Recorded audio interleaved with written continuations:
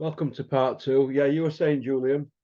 Yeah, so I'm going to start off a scenario. We were discussing obviously in part one about the pretty hostile, horrendous things that Frank Smith's been saying about Frank Warren and the fact that, yeah, Warren's giving it back, but there's a certain thing when a 30-year-old's saying this about someone in his 70s, what is quite unpleasant.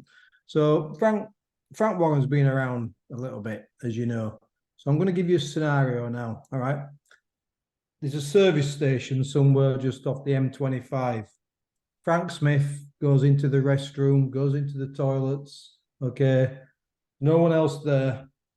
Frank Warren walks in. Smith turns around. He's just about to walk out. Frank Warren walks in and puts it on Frank Smith. What happens? He crumbles, doesn't he? Crap himself, mate. Even a guy in his 70s. And that's the point of what we're saying in part one is just stop trying to be this outspoken tough man because you're trying to imitate your boss now. It's the ultimate brown nosing where you're just trying to be your boss. We all remember the Matchroom video of whenever it was, 10 years ago, 12 years ago. I think it was IFL. They went to the Matchroom offices.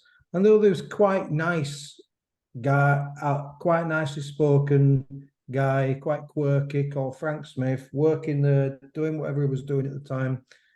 And seemed, just a normal lad, didn't he? Just a normal young lad.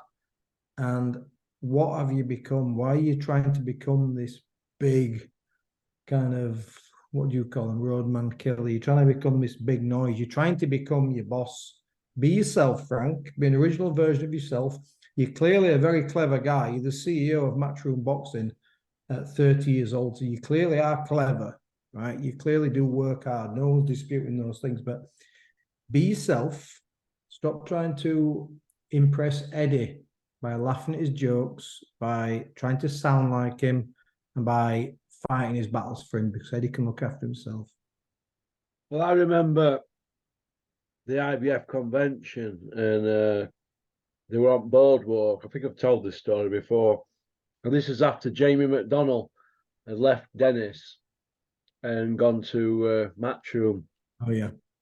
And I know this story because a couple of people have told me when who were there, and Dennis has told me what happened, and I believe him. And Dennis said it was the first time he'd seen Eddie Hills without his security. There were no Clifton Mitchell lot around him. And Dennis said he was on his own. And he was being boisterous, you know what he's like. He's loud, and very loud. And Dennis, I seen him, and I thought, let's have it, me and you. So Dennis put it on him, tried to take him outside. I think he said something like, you, cuckoo, effing cuckoo, stealing eggs out of nest or something like that, meaning McDonald. Yeah. And come on outside. And he's turned around in front of Asif Valley, Gary Shaw, Francis Warren, all them lot. And I must warn you, I'm very good. Dennis has gone, you walk, get out here, you now. Anyway, he didn't want to know. And he tagged along all the way round Boardwalk with him all night, didn't you? Eddie Hills, you little coward, without your security. And in end, you can imagine, can't you? I felt sorry for him and ended up drinking with him all. Yeah, being Dennis, of course, yeah, but being a good friendly guy, yeah. But I wouldn't have been able to do it. I couldn't have had him in my company, me.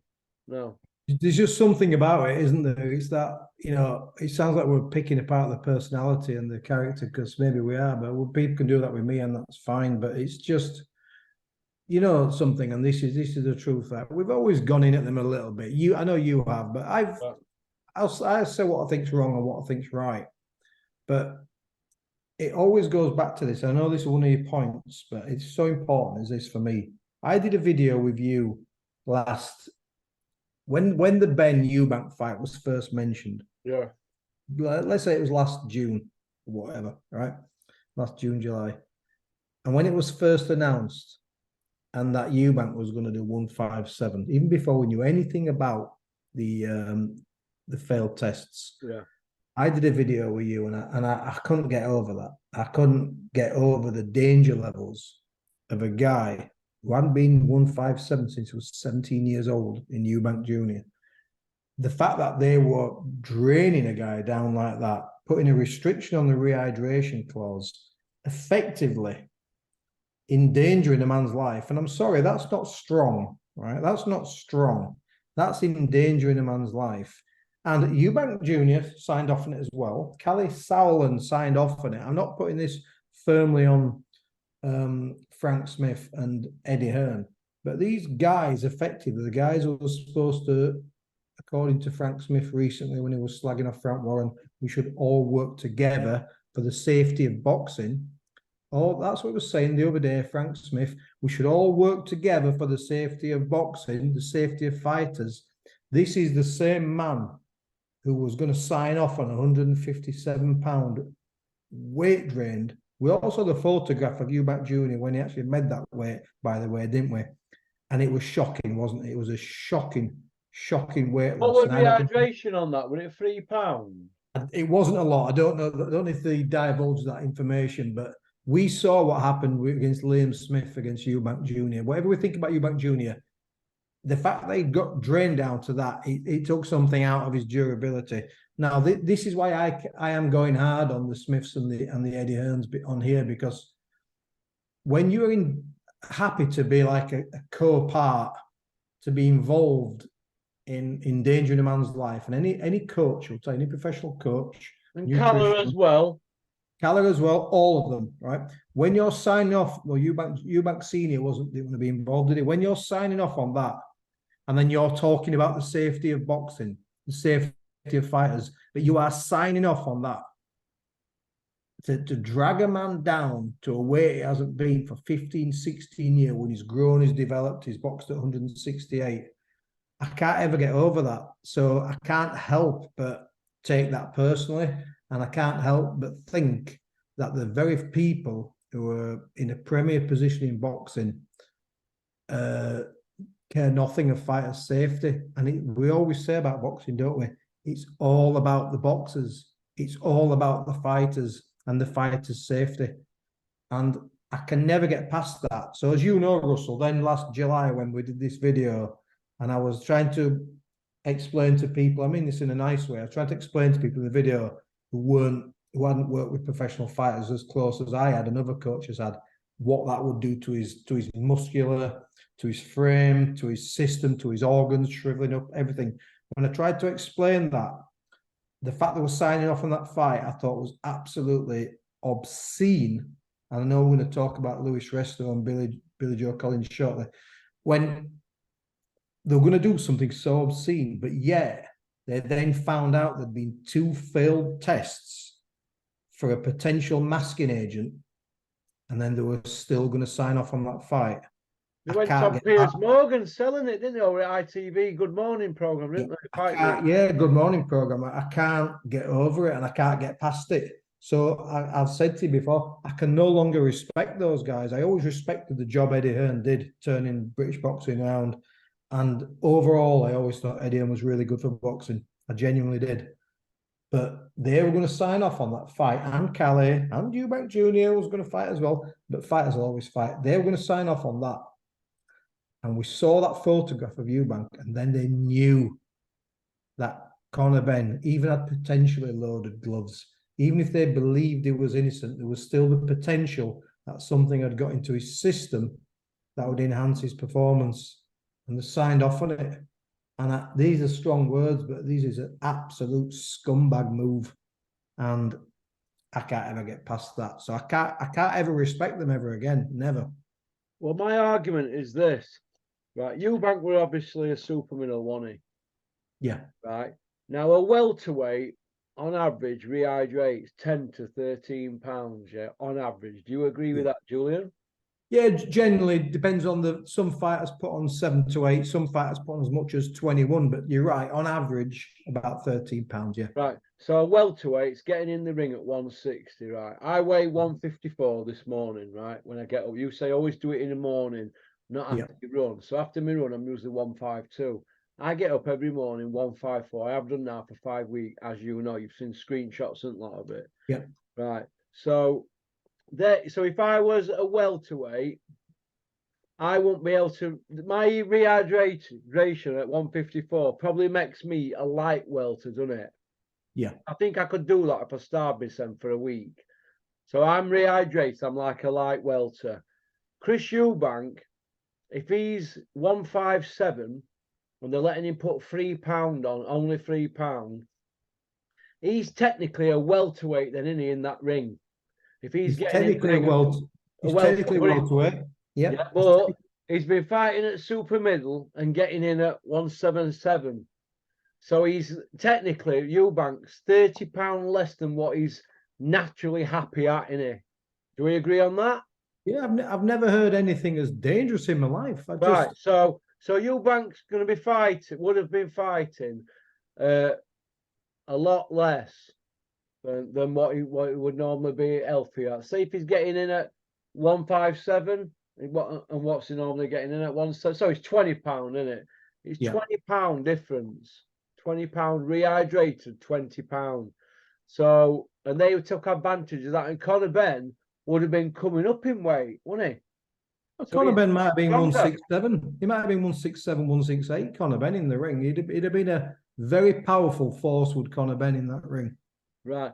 But if they're only letting Conor Benn rehydrate to 157, that's his natural weight anyway, because he's a welterweight, isn't he? We agree on that, don't we? Even though right. So Eubank, technically, it was dangerous for him. So when he got in with Smith, he maybe not recovered from that.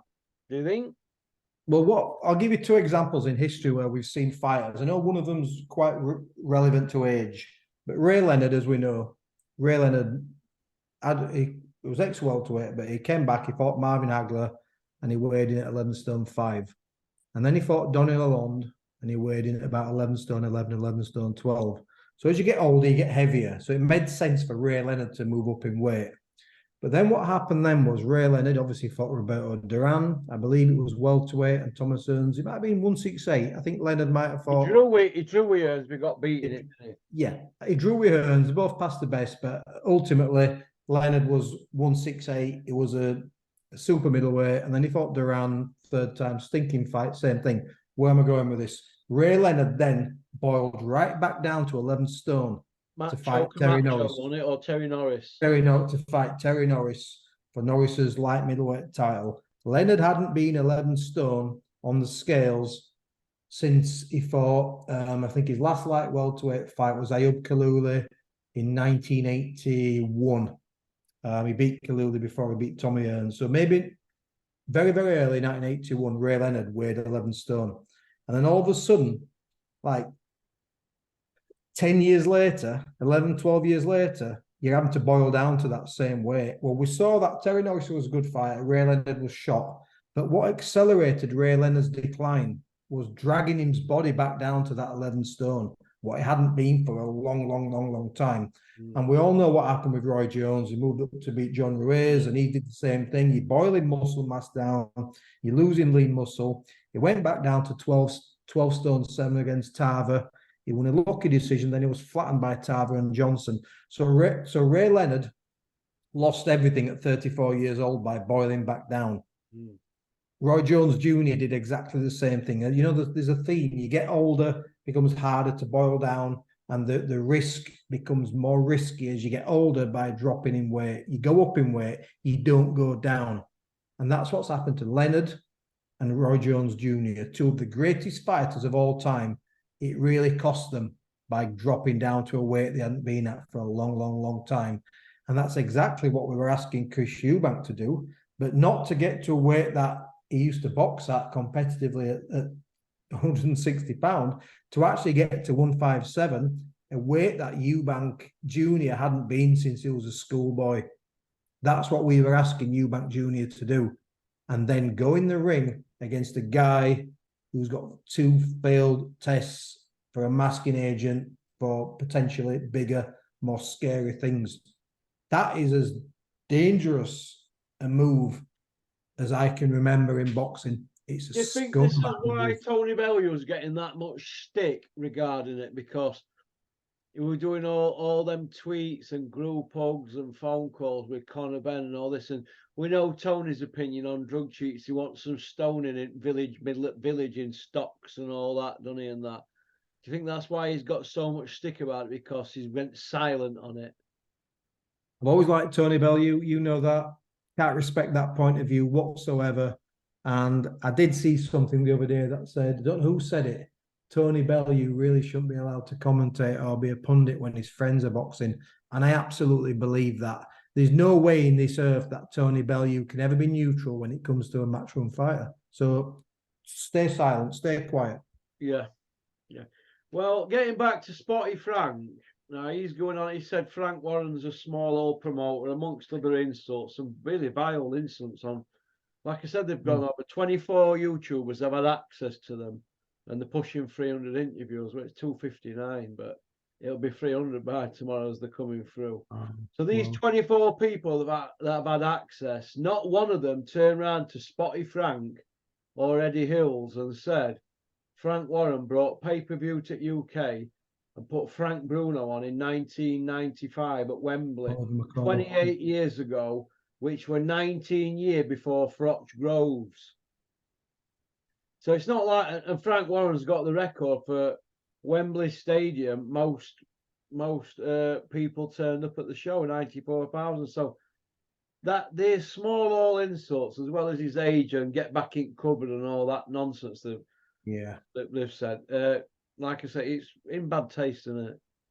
Guy who's promoted Tyson, Calzaghe, Ben, all these guys, just some massive Nazim, some massive knights. Carl Thompson.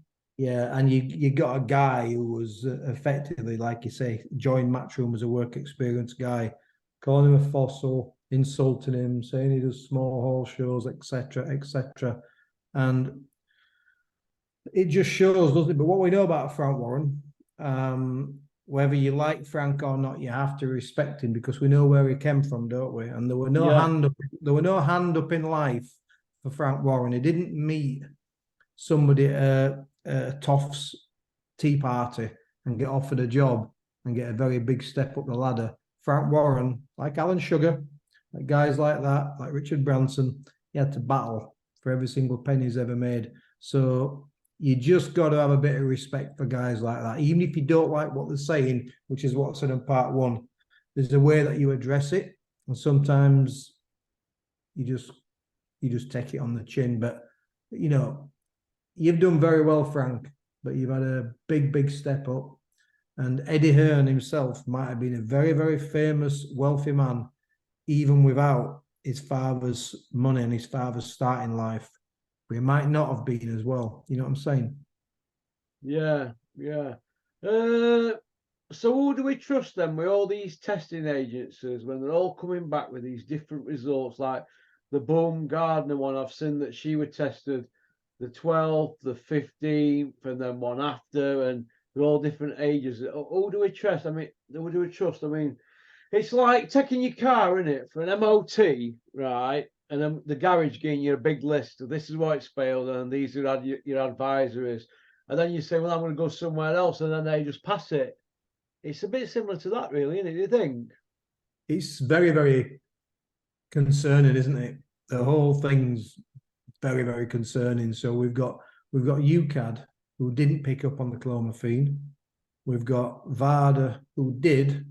We've now got this third agency that Matchroom are using, this Clean Boxing or Clean Sports, who are not testing for certain things like growth. They're not testing for some very, very strong, performance enhancing. Not as strong as Alicia Baumgartner's arms by the looks of it. Did you see them? They're absolutely solid, aren't they? And who's getting it wrong and who's getting it right? All we can do is when someone does test positive, we have to say, listen, the scientists are telling us that there's a fail here, there's adverse finding here. But it's the question of who's not getting caught, isn't it? Who's getting the cycles right? Who's actually ingesting things inadvertently without realizing they're doing it? I just don't know, but I'll tell you the best way of doing it. And you and I, we're on the same page with this one. Okay, I'm not a dinosaur before Frank Smith says I'm a fossil. Eat clean, live clean, eat clean products, natural ingredients. You can get your minerals, your vitamins, you can get them all from food sources. And you know what? You won't have any problems unless you buy your eggs from certain countries. But eat clean, do it right, and everybody's fine. But whenever I see coaches and fighters, and they're all taking these By the way, I think Conor Ben's I think he has cheated, by the way. But that's just my own personal view. But they're all taking these protein drinks, Russell. They never look at what's on them. They don't know if they're approved by this or approved by that. They're all gulping down these protein drinks, pre-workout, recover, etc., etc. Everybody's taking this stuff, and do people really know what's in them? Because they advise you when you do your coaching course with British Boxing Board of Control. They talk about, anti-doping. They talk about this type of thing. And they say be very, very careful. And any supplements that you're taking, you should really run them by the British Boxing Board of Control. Yeah, it's the Ben Eubank carry-on was a similar scandal to this one. With a similar scandal to this Ben Eubank one is the Panama Lewis one. Now you know a bit more about this one, don't you? So in 1983, unbeaten prospect Billy Collins, he was fighting a fight called Lewis Resto, and it was on the Roberto Duran Davy Moore undercard. Of course, Roberto Duran's amazing comeback win, brutal 8th round knockout over the unbeaten Davy Moore for the WBA junior middleweight title. It was such a fantastic night at Madison Square Garden. So obviously on the undercard there was Collins and there was Resto, and Billy Collins was a young unbeaten prospect, and he basically got his face beaten to a pulp. I believe there's been a documentary made about this one. It's quite a harrowing story. And what happened after the fight was Resto, who beat him, was a light puncher. He wasn't really a big puncher, and he was a massive underdog. And the allegation was there was a lot of betting going on for Resto to cause the upset. So he made an absolute mess of Collins's face. His eyes were swollen shut. It should have been stopped really earlier. And after the decision was announced, which Resto beat Collins, as say, beaten to a pulp over 10 brutal rounds, during the congratulations, Collins's cornerman noticed that when he shook hands with Resto, that his gloves didn't feel right. His gloves felt really thin. And they complained in the ring. And obviously the local commission checked the gloves and checked the hand wraps of Lewis Resto, who was trained by Panama Lewis. And anybody who's heard of Panama Lewis will remember he was the infamous coach, the Black Bottle scandal, the Aaron Pryor, Alex Arguello, white fight. Now, Panama Lewis was an out-and-out scumbag. So what happened, what we believe, and there was various evidence submitted, was they looked at the hand wraps, for example, and they dipped the bandages in plaster of Paris. So it was a pot. His hand was a pot. But what they'd also done was they'd taken out an ounce of padding from the glove. So if 8-ounce gloves, the ounce of padding they'd taken was from the front, not from the back of the hand or from the sides. They'd taken an ounce of padding out from the front. So you got a light puncher with effectively a plaster cast in his hand and very, very little padding to the front, who beat the face of Billy Collins for 10 rounds. So there's an investigation after that, but Billy Collins, it was a sad story. What happened was he got damaged during that fight. He got permanently damaged and he got blurred vision, and he had blurred vision for the rest of his short life.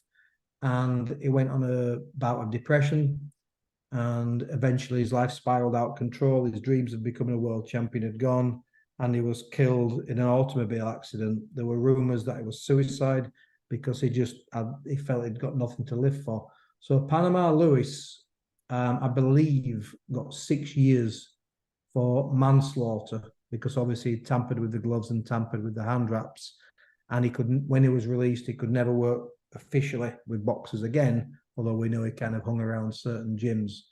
And Lewis Resto, the fighter, for his part in that, I believe he got 3 years again for say for manslaughter, for assault, not manslaughter. Both of them got fined for a serious assault. It was a criminal case. They both did time in prison. Collins lost his life. So why are we talking about that? I mean, because effectively... that could have been the Ben Eubank, couldn't it? That could have been the Ben Eubank. We're not suggesting anybody was doing anything like removing padding or anything such as that. But what you are doing when you boil someone down to 157 pounds is you're not giving them any sufficient time to rehydrate. Certainly the fluids around the back of the brain, the part that, because as you know, it's the fluid that protects the brain from hitting effectively, it's like a break, hitting an empty shell. That's where blood clots are formed. And you're putting a guy in there potentially who could suffer brain injury for not weighing the same as he's weighed for 17 years.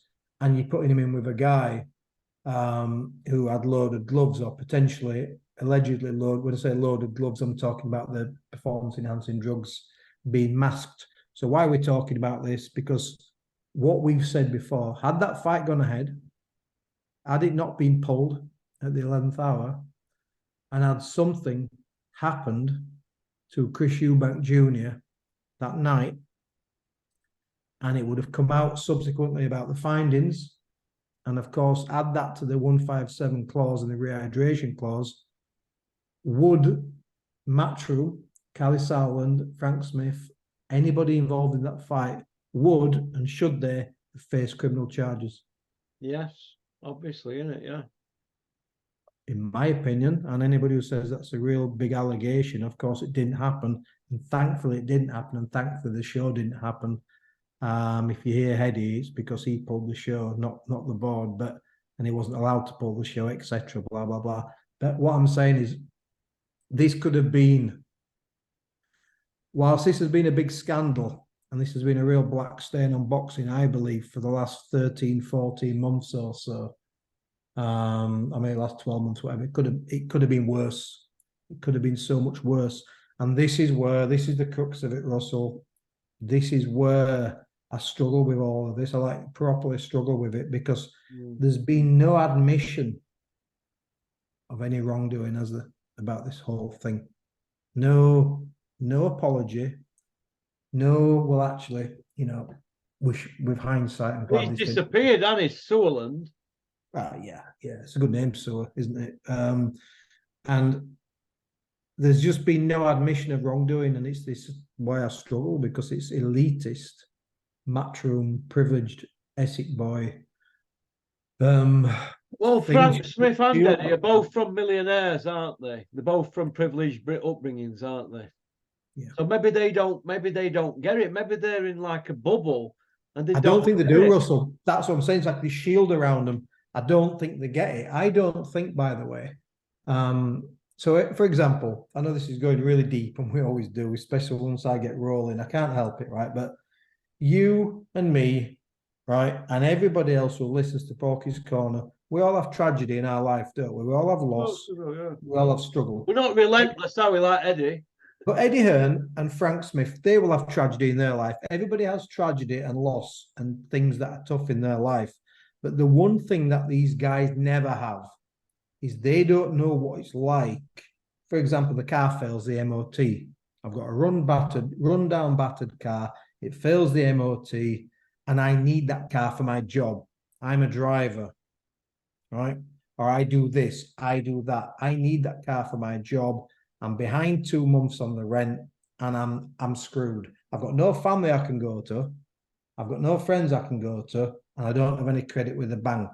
Now that is real adversity, isn't it? There's not just the adversity of loss and things and struggles, but when you live like that, and we know a lot of people live like that, have a family member or support, I won't go into detail, but really struggles financially. These are really tough times. Why am I going down this avenue? He's on his high horse again, talking about socialism. I'm not. What I'm saying is what you've just said. They live in a bubble. So they won't understand what real poverty is. They won't understand what a real struggle is. I'm not talking about the struggle of losing loved ones. I'm talking about the struggle of being able to just get through the day. Yeah. The struggle of being able to put food on the table. They won't appreciate people who work 14-hour shifts in care homes because they're so obnoxious. Again, I think they're just shielded from it. And this, why is Jules going on about this? Jules is going on about this because of what we've said. I don't believe they thought they were doing anything wrong by pushing that show forward, by dragging Eubank Jr. down to 157, by trying to cover up and shush the first findings from July, which they did. They tried to cover it up. It only came out when the second one came out, didn't it? We only found out about the first failure because that was out of season. We only found out about that because of the second test. I genuinely don't believe they think they've done anything wrong. And that in itself's a worrying thing, isn't it? Yeah, it's a bit like when Eddie were bragging off about, well, my dad had to sit in sauna with Lee Purdy, and he didn't really understand. This is years and years ago, and he didn't really understand what he was coming out with when he bragged about that. So board wrapped him, didn't they, on his knuckles, didn't they, over it? Yeah, it's a Don't get it, do patronising they? thing. It's patronising, isn't it? It's like I'm going to have a day sleeping rough, and I'm going to collect loads of money and raise awareness. It's a bit patronising, actually. Yeah, yeah. Okay. Will the White Rhino make it an hat-trick for fighters from South Yorkshire being knocked out in first round? We've had Jason Cunningham, and then we've had Super Tommy Frank with his 90-odd second towel come flying in after 90 seconds. 90, It's a good question. I'll tell you why that's a likely scenario. My prediction, I've said I think Fraser Clark beats him on points. A little bit too sharp, a little bit too ambitious, a little bit too active, right? However, if you look at Dave Allen, what Dave Allen hasn't had is any kind of competitive action for about 4 or 5 years, has he? Yeah. He's had these over jobs are a joke. They're not fights. He could beat these guys, wake up out, get out of bed. He's been flattening the money inside whatever couple of minutes. He could get up with a hangover, have a fry up, jump in a ring and knock these guys out, right? That's there's no issue there. But what you've just said there is when you haven't competed at any level for some time, 4 or 5 years, and suddenly you get in with somebody who's sharp. And I'm not talking about sparring, I'm talking about 10-ounce gloves, right? 10-ounce gloves, big crowd, someone who's sharp and young and hitting hard. There's a very, very, whilst I don't think it'll happen, there's a real possibility that he might get caught early and he'll just crumble and go to pieces. Well, if he goes, because we know what they're screaming about the Tommy Frank one, don't we, on social media? I've heard, yeah. If he goes in the first round, do you think Dennis will cop it again? It's a tough one, isn't it? Because in terms of Yafai and Tommy Frank, skill levels, they're not even in the same country, are they? There's like it was a DAZN headline. I guess it was next gen, but it's unusual, isn't it, to have a guy who's had 5 fights in a headline fight? But I guess he's such a prestigious amateur. But he's, the amateurs aren't like they used to be, are they now? They can jump a lot sooner into world title fights. But it was a bad match. Tommy Frank, he did win a British title, but really he's area level, isn't he? Yeah. It's been honest, being fair. He's a hard-working pro. He's a fit guy. I was at Dennis's show with you when he had. He'd been mollycoddled. When I was there, they couldn't put him in there with anybody who could punch. Yeah, and then you put him in with somebody who's an Olympic gold medalist who can punch, who's a southpaw who throws 100 punches around. Yeah, got a hell of a pedigree. It's not gonna go well. It's never gonna go well. Hopefully, he got well paid for it. But I saw the highlights today. As you know, I don't subscribe to DAZN any longer. But I did jump on the highlights because I knew you were going to ask me about this one tonight. And it was an early stoppage, I thought. He took some shots. He got dropped. The second knockdown was kind of a slip. The first one wasn't the most convincing. I'm not saying he went down. I'm saying it was an awkward knockdown. But he was still throwing back. And I thought that was it was an early towel for me, but I guess Glyn Rhodes knows his fight a hell of a lot better than I do. Yeah, do you think Glyn Rhodes might be damaged from the Scott Westcott thing? I mean, that's horrendous for that to happen to any fighter, of course, but any coach. It's horrendous, isn't it? But I guess it's like anything. What they always say, and Glyn Rhodes has been a brilliant coach. What they always say about, and I've met him several times, they always say about a fighter, when you're scared of getting hurt, it's time to hang up the gloves. But maybe as a coach, when you worry about your fighter's safety before, as soon as the bell goes, maybe that might be time to think about his coaching for you as well. because there's nothing wrong with that. Because after a while, coaching wasn't for me either. Yeah, it's a tough one, but I'm sure that they'll have a look at Tommy and see if he wants to go on. But where does he go from here now, Tommy Frank? You stay in your lane, don't you? It's like anything. You stay in your lane, and at a certain level, he can fight. You know, when people say someone can fight, they can't fight. We use it in context, don't we? You know, I'll talk about AJ now, and I'll say I really don't think AJ is that great, but I'm talking about in the context of being the number one heavyweight in the world, where he wants to be. And I don't know with Tommy Frank. I've not covered his career closely at all, so I'm not well informed to talk about him. But I have seen him box once live. But it depends where you want to go, doesn't it? If he has ambitions to go beyond British, then that's never going to happen because he's just been wiped out in one round. So that's never ever going to happen. Does he want to try and regain a British and try and win one outright? It's unlikely. Does he want to get into coaching? I've never met the guy. I don't know, but it's one of those, Russell. Your fire's a handful, but there are a lot of tough journeymen out there in the US who would have given him a hell of a lot better argument than Tommy Frank did. He didn't give him anything, did he? No. No, it was like he just turned up for a paycheck, in my opinion. And I don't want to see that on headline shows for opponents. But Eddie's waffled his way through and said, this guy's that good, nobody can live with him. And that's Eddie's get out. I've seen 3 of Yafai's. He's got a lot of skills, but I don't He went know. 10 rounds with some nobody, didn't he, in his third fight? And I think it was it a split decision or something? It was. He's had a close. I know he's had one close fight. I don't know. When I look at, you know, he's a gold medalist. Clearly, he's up there. But when I look at like the likes of Andy Cruz, for example, and I look at some of the other gold medalists, they certainly seem to have more to the game than Yafai. He's just an all-action swarming, you know, fast southpaw. But he's one of those kids that I don't know. I mean, the divisions aren't as deep, are they? Because evolution says we're all getting bigger, we're all getting taller, heavier. So there are less and less fighters of that weight division now than there ever was. But I mean, what is he? Is he a flyweight? Yeah, yeah. Flyweight. I mean, I know it's quite. There's a difference in experience, but you couldn't imagine him laying a glove on Sonny Edwards, could you?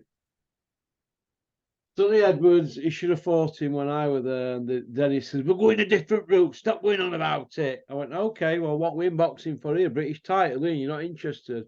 We're going to get a IBF, whatever, trinket or some IBO.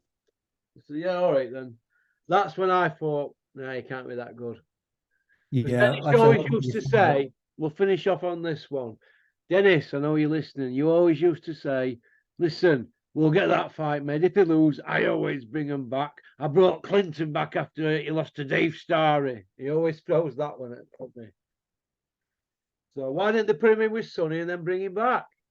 Because they knew that he might get ruined. Yeah, it's the Yafai loss is a very, very. It's always tough for fighters to come back from a first round KO, but sometimes fighters get caught with one shot and that happens. But to just get like mullered for 60 seconds, that's tough. Yeah. Okay. I hope he's okay. That's the most important thing. I hope his spirits are good this morning and he's physically okay. He'll be counting his money tomorrow if he's done any tickets. Okay. Prize fighting, name of the game, mate. All right. Well, listen, take care. Thanks for coming on. My pleasure. Speak soon, buddy. Bye-bye, mate. Cheers. Bye. Bye, mate. Right, well, Julian, good pal of mine, spoke very elegantly, as usual. I hope you've enjoyed the show this evening, part 1 and part 2. Pop, pop, bang. All right, if anybody's offended by what we've said on here, I don't give a hoot. All right. Peace out. Keep on trucking. Keep supporting boxing. And I think that is 104 videos, is it, for the month? Not as many as Eddie Hills and Spotty Frank, though. Haha.